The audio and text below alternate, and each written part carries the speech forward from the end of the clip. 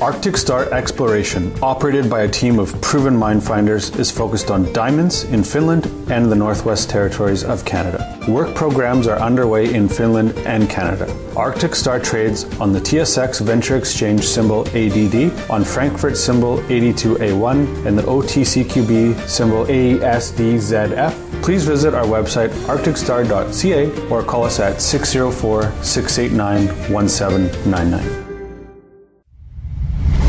You're listening to HowStreet.com radio, available online at TalkDigitalNetwork.com.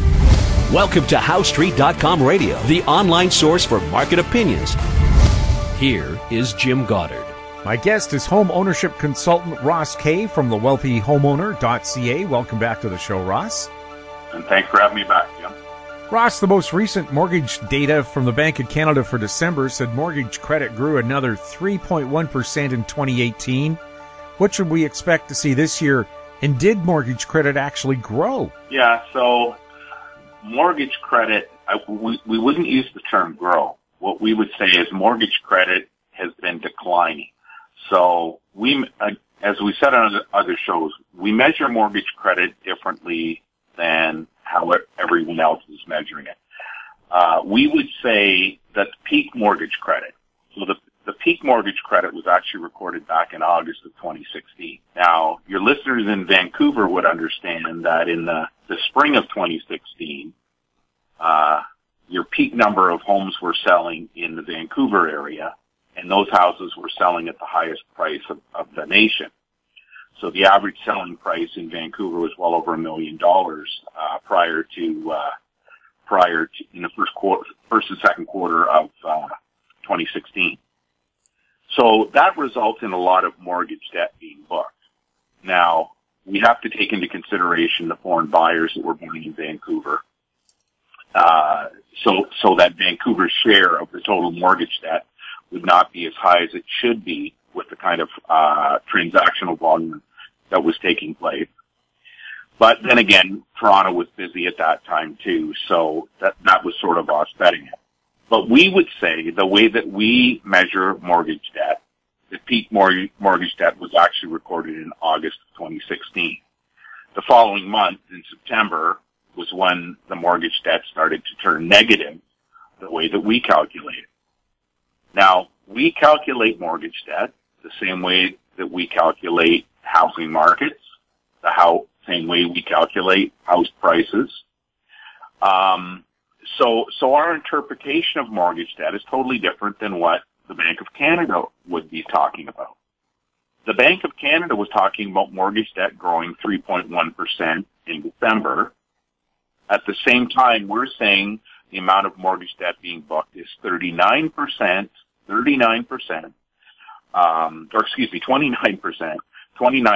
lower than it was at its peak volume.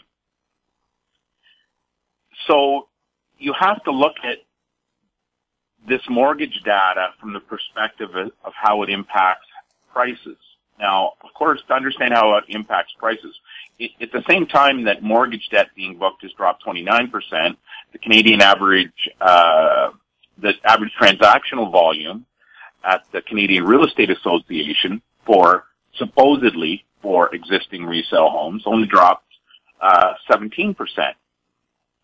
So you got to ask, okay, well, how come they're trading the amount of home being purchased drops 17%, but the average mortgage drops 29%? Well, that's because mortgage debt doesn't just look at the existing home market.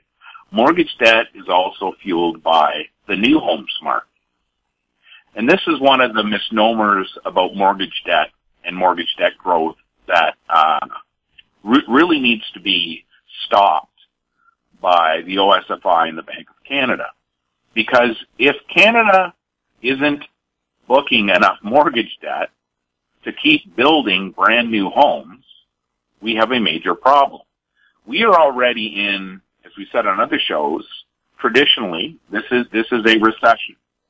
So mortgage debt is always your leading indicator of a recession. Now, if you have transactional housing data like we have, then you're going to have notice ahead of that again, because we are aggregating all different types of housing data to get our transactional totals. Mortgage debt, when it gets recorded, it's actually recorded when those deals close. So not when the home's sold, when they close. The sales themselves in the resale market normally is 90 to 60 days before.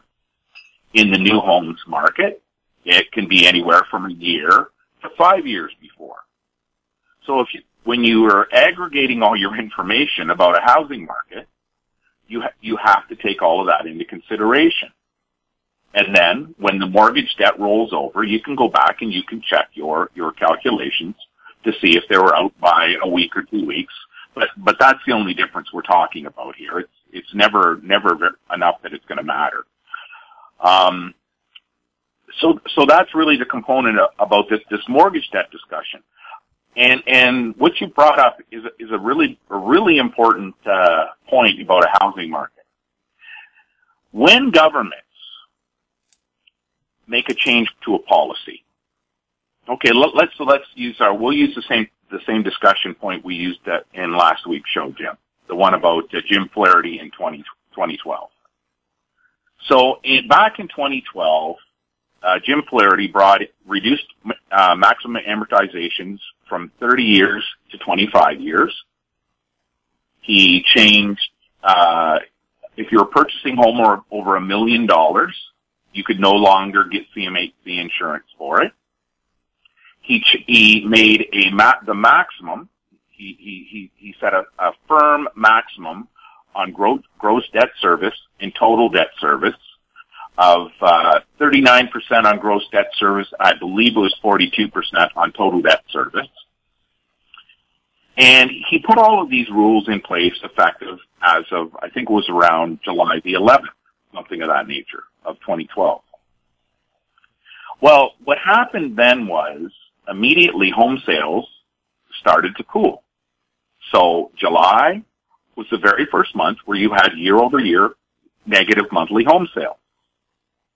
That was because Mr. Flaherty pulled a lever which eliminated some of the buyers from the housing market. Now, what Mr. Flaherty, with the OSFI, what all the stakeholders don't understand is that the banks, the lenders, the mortgage lenders, they worked against Mr. Flaherty in the same way that they had worked against him since 2006. So Mr. Flaherty pulled a lever, i.e. reducing the amortization to 25 years. He expected the housing market to cool. Well, initially, immediately upon him pulling that lever, sales began to decrease. What Mr. Flaherty didn't understand was how the banks were going to change their strategy to try to get more mortgages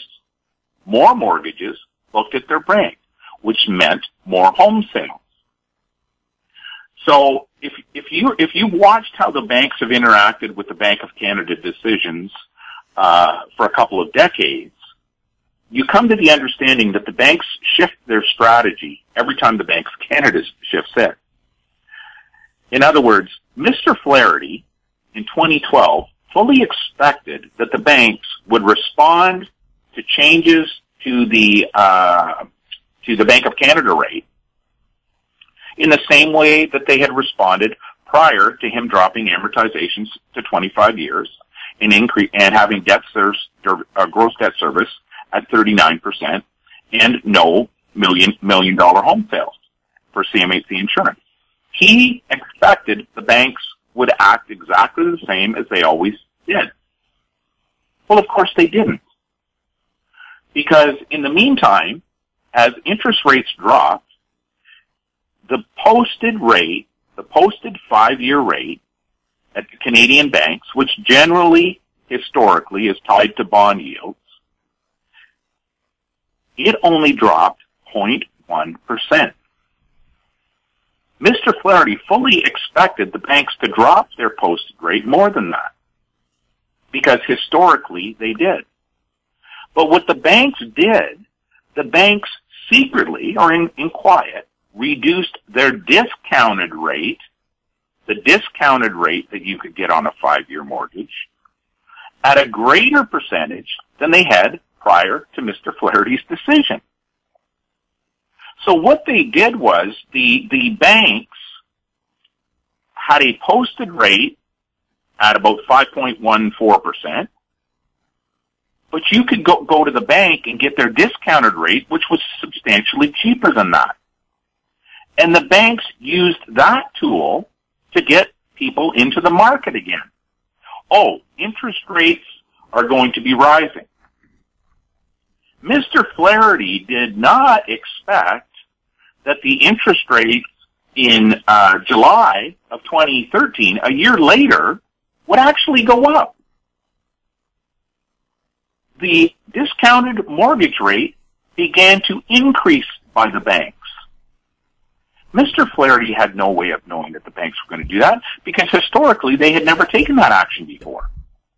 What the banks clearly decided was, we're going to try to stimulate the housing market again.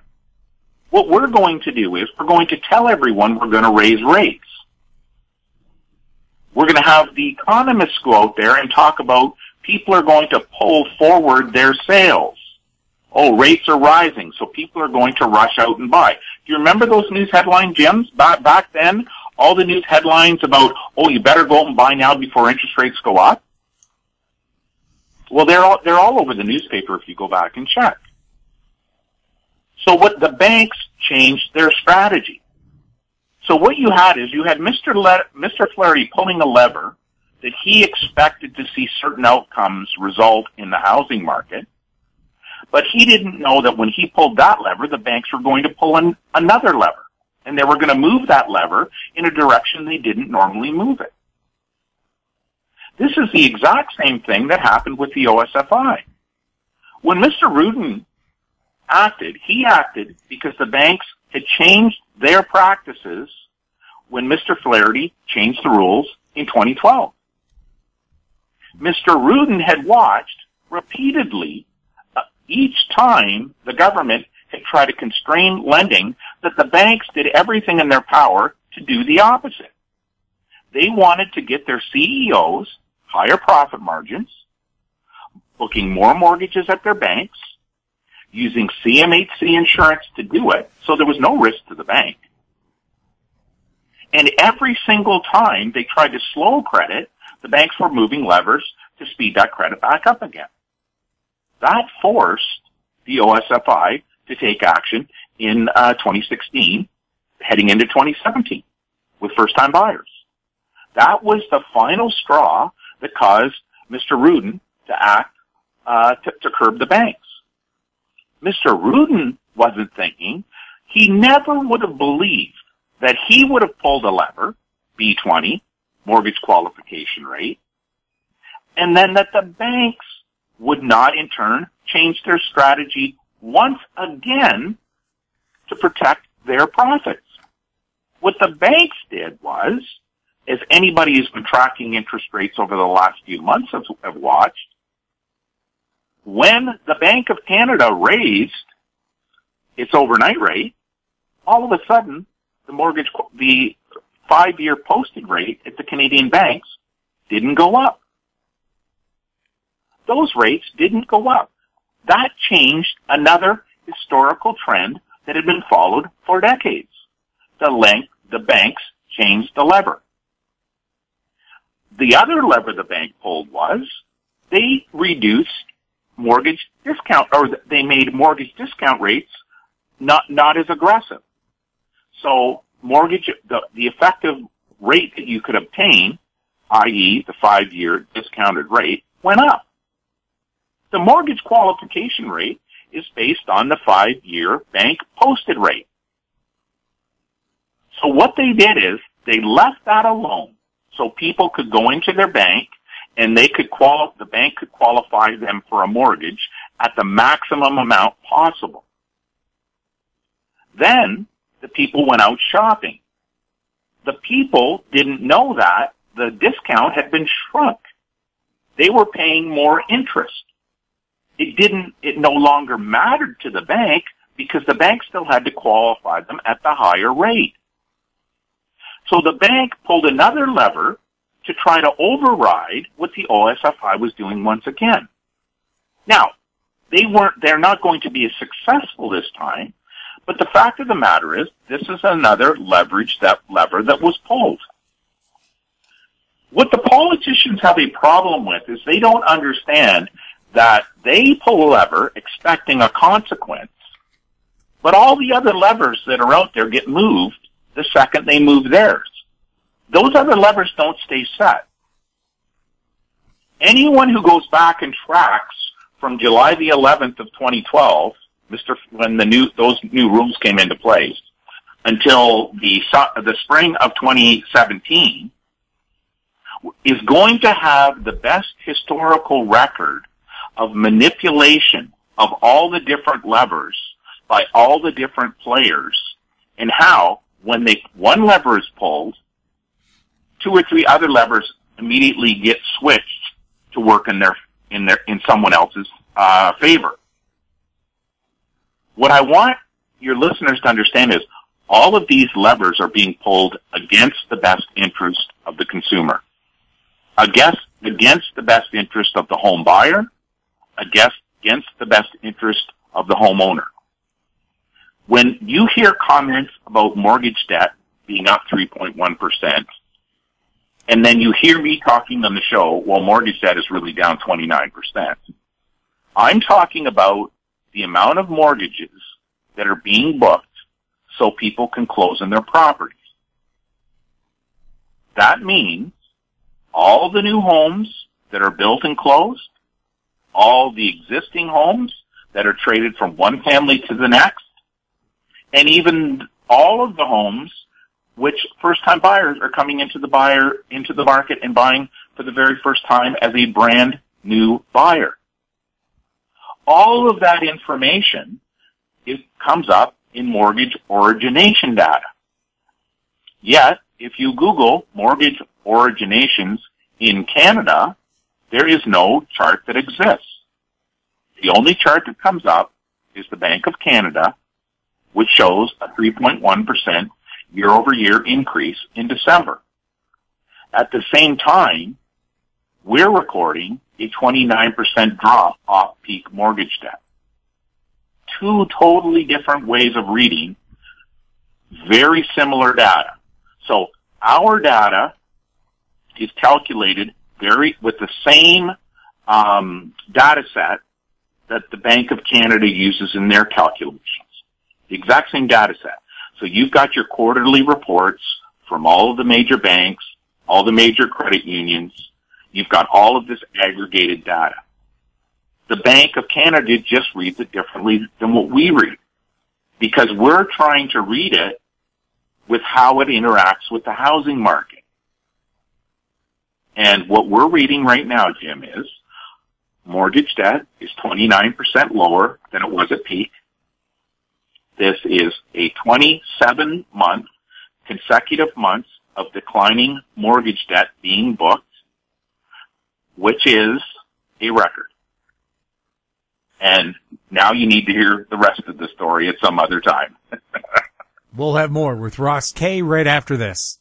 Aben Resources Limited is a gold exploration company with significant projects in British Columbia, Saskatchewan, and the Yukon. Trading on the TSX Venture Exchange, symbol ABN, and the pink symbol ABN-AF. Surrounded by world-class gold deposits and mines, Aben's 23,000 hectares Forest Kerr Gold Project is located in the heart of the Golden Triangle in northwestern BC. For more information, visit us at abenresources.com. Media recognition from Bloomberg, Reuters, Recycling Trade Publications. Patented process for 100% recovery of critical metals, including cobalt, lithium, nickel, manganese, aluminum. American Manganese is focused on recycling lithium-ion batteries for electric vehicles. American Manganese trades on the TSX Venture, AMY, the US, AMYZF, and Frankfurt 2AM. For more information, visit AmericanManganeseInc.com or phone me, Larry Ray, at 778-574-4444. Welcome back. We're speaking with Ross Kay. Ross, real estate was the go-to investment the last few years, but what do you see going forward? Well, what I'm afraid, Jim, is it's going to be misunderstood in the next few years going forward in the same way that it was for the last few years. So we look at real estate investing. So this is no longer talking about the family home. We're talking about a second property, an investment property. We look at those investments, again, totally different than what you're going to look at with other resources that are available out there. We determine whether or not a piece of real estate is a good investment simply by a full amount of purchase. In other words, you're not going to have any mortgage on the property, and you're going to have carrying charges of 1.5% or less of the property's value each year. Now, if we can buy real estate under those terms, in other words, you got $500,000, you can go out and buy a $500,000 house, you can spend 1.5% of the property's value each year, like carrying the property, paying the property taxes, the heat and hydro, keeping the lights on, and you can still make a profit. Then you're starting to talk about real estate the same way you talk about the stock market. No one is going to go to the bank and say, look, I've got $100,000. I want to buy $500,000 worth of Apple stock. Will you lend me $400,000? The bank will laugh you right out of the bank. They'll laugh you right out of the bank because of the risk of that situation. The only asset class where you will not be laughed out of the bank is real estate. Because if you walk in with $100,000 and you want to use that as a real estate investment, the bank will gladly lend you $400,000. So our question is, why do they treat the two differently? Well, they treat the two differently because historically they have been looked at in a totally different way. We don't. We know that a balanced portfolio of Canadian real estate over the last 25 years would return us 5% annual return year after year after year. It would return us that if it was sitting there vacant with no one renting it. We have a certain set of rules that we say, as long as you follow, well, actually one rule. If you follow this one rule and you follow it mercilessly, you, no matter what you feel in your heart, you follow this rule, you are going to never ever lose any money on your real estate portfolio. Never. It will never happen. It has never happened in history. It is not going to happen now because the rule is that powerful. You can't have that rule in the stock market. There is no one rule, universal rule in a stock market that you can apply to that asset class where you have never ever lost in the last 40 years. There isn't one. With real estate, there is. That rule is predicated on purchasing a home for cash. If it's a $500,000 house, you buy it for $500,000 cash. You can spend 1.5% of the property's value each year to have that money supervised, which in your case is going to be pay property taxes, heat and hydro. Now, the smart investor, they would pay someone to go into that house. They are going to give them such a cheap rent because they're not looking to profit from the tenant. They're paying the tenant to be a property advisor for them, just like a financial advisor. As long as the tenant pays 1.5% of the property's value each year, which is which this basically means, like let's be honest, $1 million house, which a tenant is renting for $1,250 a month, the best deal in Canada, probably the best deal in the world, the 100% cash investor would be happy. Now, I know that it doesn't make any sense for a 100% cash investor to do that, so you shouldn't do it. Why simply settle for 5% annual compounded growth rate when you can get 10? It doesn't make any sense.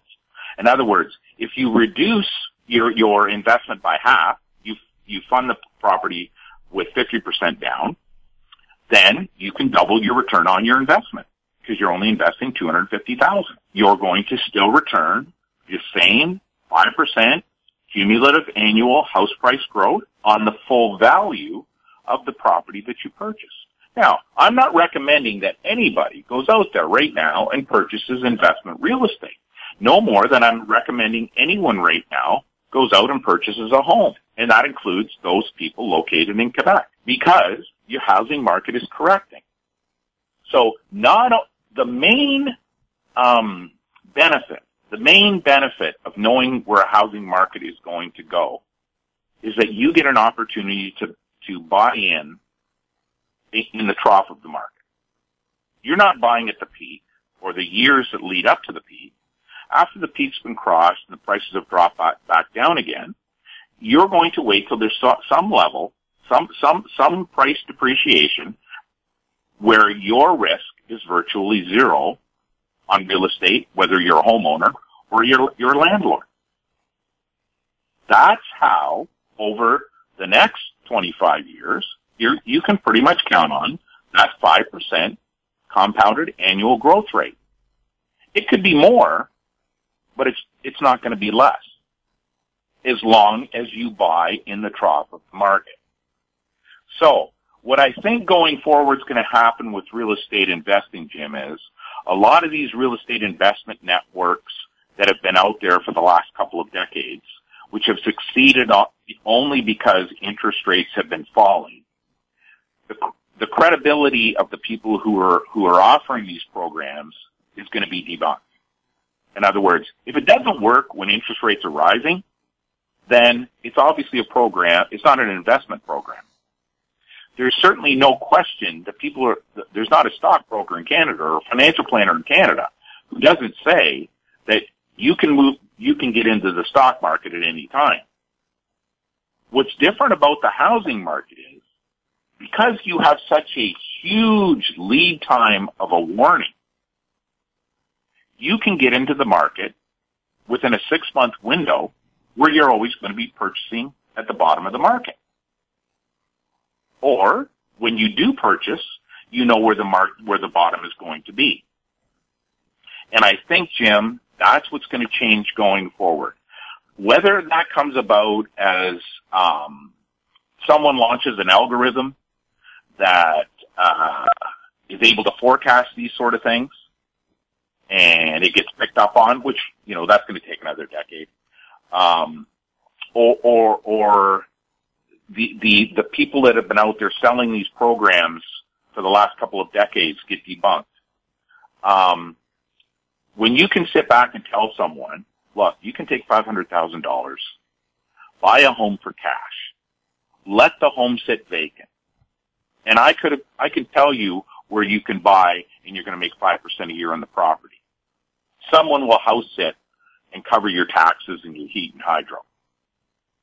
Don't look at a real estate investment any way different than you would look at an investment in stocks. Look at it as a 100% 100% cash purchase.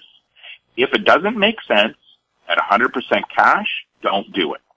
We'll have more with Ross Kay right after this.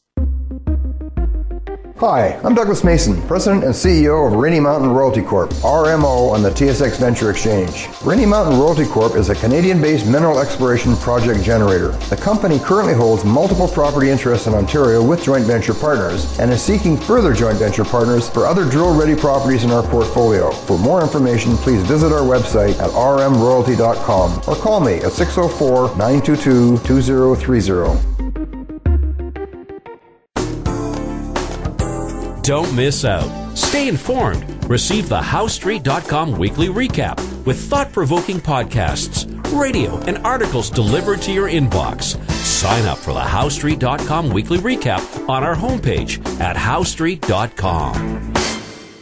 Welcome back. We're chatting with Ross Kay. Ross, what do you expect the Canadian Real Estate Board to release later this week? Well, what I expect them to release is another commission-generating document designed solely to benefit the sellers of real estate. What I do expect them to say is sales will be down around 4,000 units. They're going to report sales are down around 4,000 units. Now, they can use their manipulation of stats to try to lessen that. I mean, we just watched that happen in the Toronto Real Estate Board last week.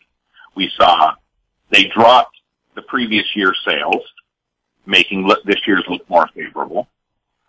They added 50% more sales in the Oakville area than what the Oakville Real Estate Board itself counted. They added more sales from Burlington than the actual real estate agents who are members of the Real Estate Board of Hamilton Burlington reported. So there's ways for organized real estate to fudge these numbers. Certainly in Ontario, where you have multiple boards reporting the same sale, you got a problem. Now, I want your listeners to understand quickly, Jim. The banks receive a different spreadsheet from the Canadian Real Estate Association than the public ever sees. They get a totally different spreadsheet. Because in the spreadsheet that the banks get, call up your banker and ask. Those spreadsheets have double reporting sales where the boards overlap removed. So the double reporting actually goes on, and it is actually in the charts that the banks get. Now, what I'll tell you is the banks don't understand is the Canadian Real Estate Association is still wrong, vastly wrong, because they don't understand how MLS reporting rules change year to year. So what I expect to see this week, I expect to see Carronette National Bank's average house price will align with what the Canadian Real Estate Association posted 3 months ago. I expect that you'll see the Canadian Real Estate Association publish somewhere around 4,000 fewer sales. And I suspect that you'll see the Canadian Real Estate Association post something around selling prices probably not changed a whole lot, is what they're going to say. What I'm going to say is it was the slowest January in the history of Canadian real estate, which to me goes back to 1980. I'll say that home buyers may be paying very close to what they were paying last year, but they're getting 10 to 15, in some places, 30% more house for their money. I'll tell your listeners that for the millionth time, as we said in the show, anybody who quotes average selling price, HPI, benchmark, uses them in a chart, clearly doesn't understand they're only measuring buyers. If Joe was going to spend $500,000 this year, last year, he's going to spend $500,000 this year. If Joe was getting a $600,000 house that only cost him $500,000 this year, the average selling price for Joe is still $500,000. Ross, thank you so much for chatting with us. Hey, thanks a lot, Jim. My guest has been home ownership consultant Ross Kay from thewealthyhomeowner.ca. If you have any questions for Ross or any of our other guests, you can send them to info@howstreet.com. I'm Jim Goddard. Thanks for listening. Comments made on HowStreet.com radio are an expression of opinion only and should not be construed in any matter whatsoever as recommendations to buy or sell any financial instrument at any time. Available online at TalkDigitalNetwork.com. HowStreet.com radio is a production of HowStreet Media Incorporated.